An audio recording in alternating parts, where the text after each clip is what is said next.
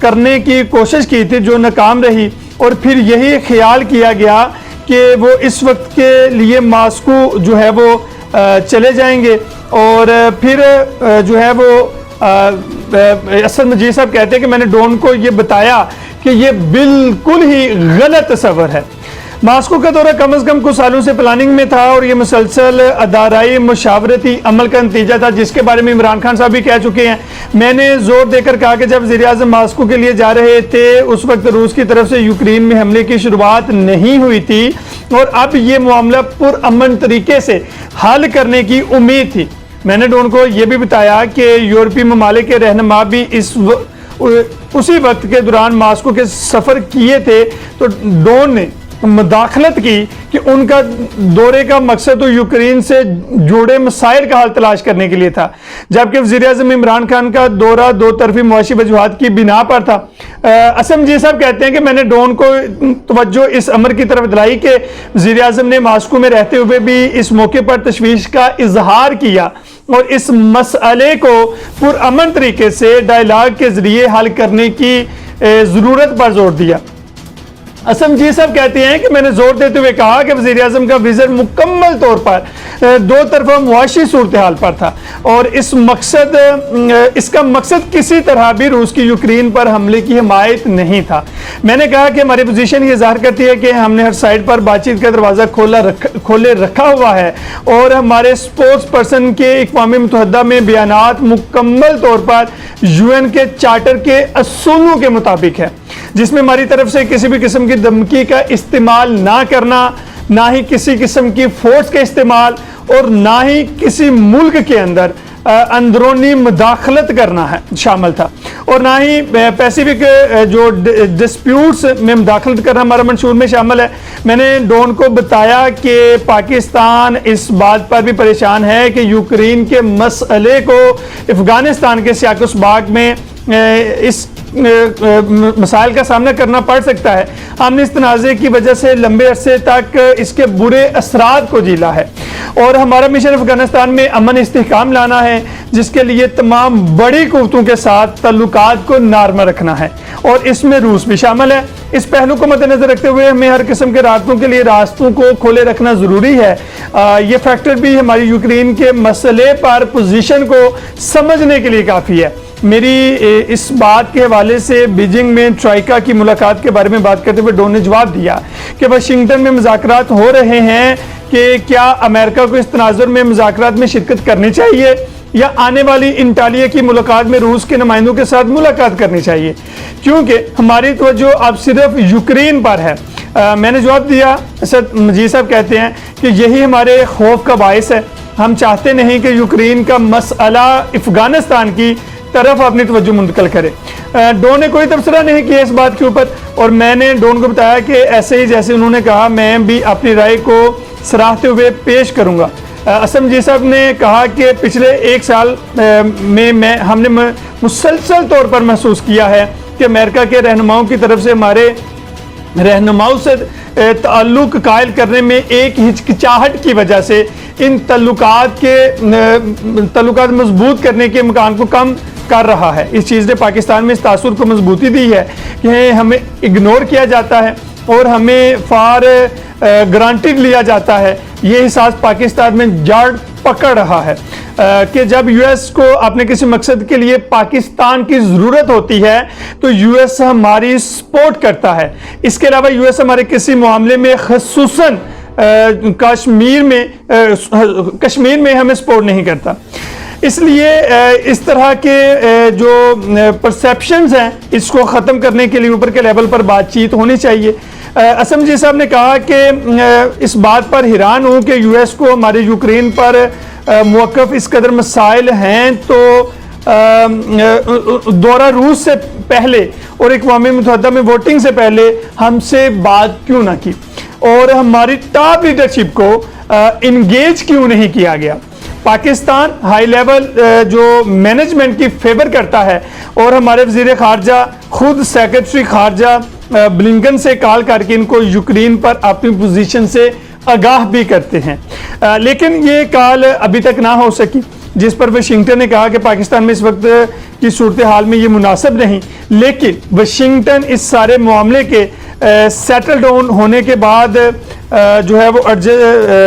اس کے بعد جو ہے وہ اس کو مینج جو ہے وہ کرے گا۔ اس کے بعد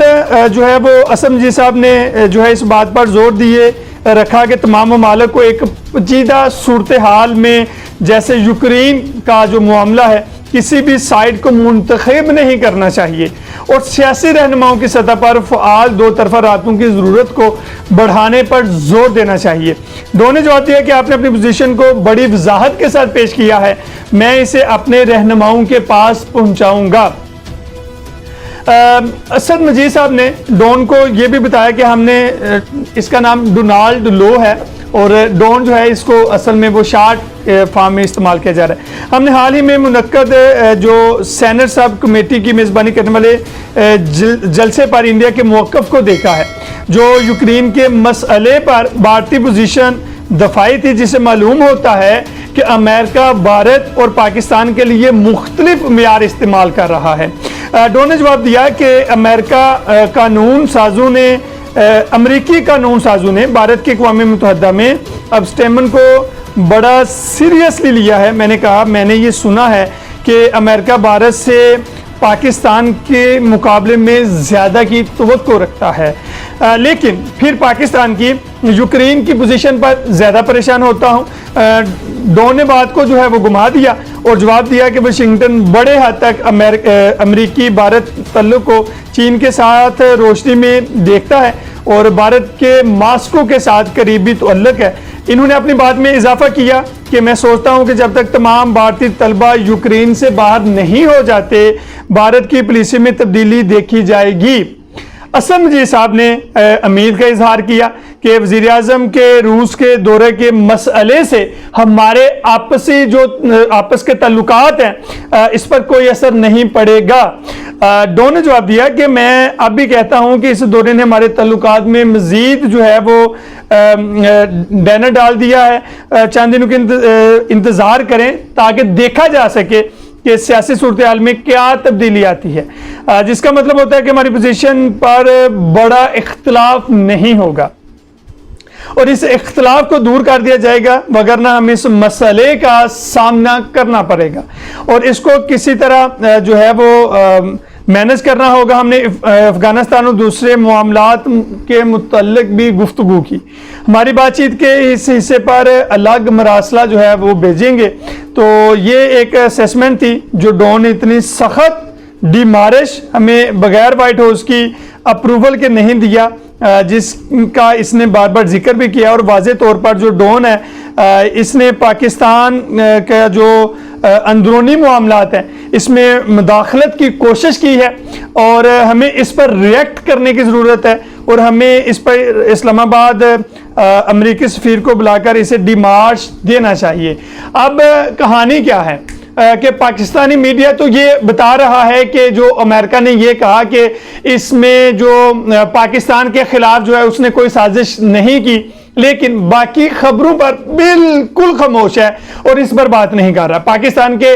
نیو یارک اخبار کے نمائندے سلمان مسعود صاحب کہتے ہیں کہ یہ پی ٹی آئی نے کیا ہے، اور انٹرسیپٹ نے جو ہے نا وہ یہ دعویٰ کیا ہے کہ سائفر عمران خان نہیں بلکہ ایک بہت اہم شخصیت نے جو ہے ان تک بھیجا ہے، اور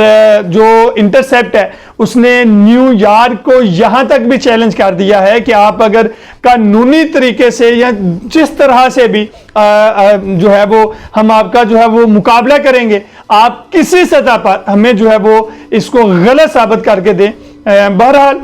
اس وقت جو عمران خان صاحب نے جو ایک اپنا بیانیہ سائفر کا بنایا تھا وہ بھی پاکستان کے اندر اس وقت جو انٹرسیپٹ کی جو رپورٹ ہے اس کے مطابق وہ بیانیہ سچ ثابت ہوا، اور امریکہ نے پاکستان کے اندر مداخلت کی اور عمران خان کی حکومت کو جو 2022 میں گرایا، اور عمران خان صاحب جو ہیں وہ حکومت سے ہاتھ دھو بیٹھے۔ تو اس کے اندر یہ سائفر جو ہے اس کا ایک اہم ترین کردار ہے۔ اپنے میزبان ماجد چودھری کو دیجیے اجازت، ملتے ہیں اگلے ولاگ میں، اللہ حافظ۔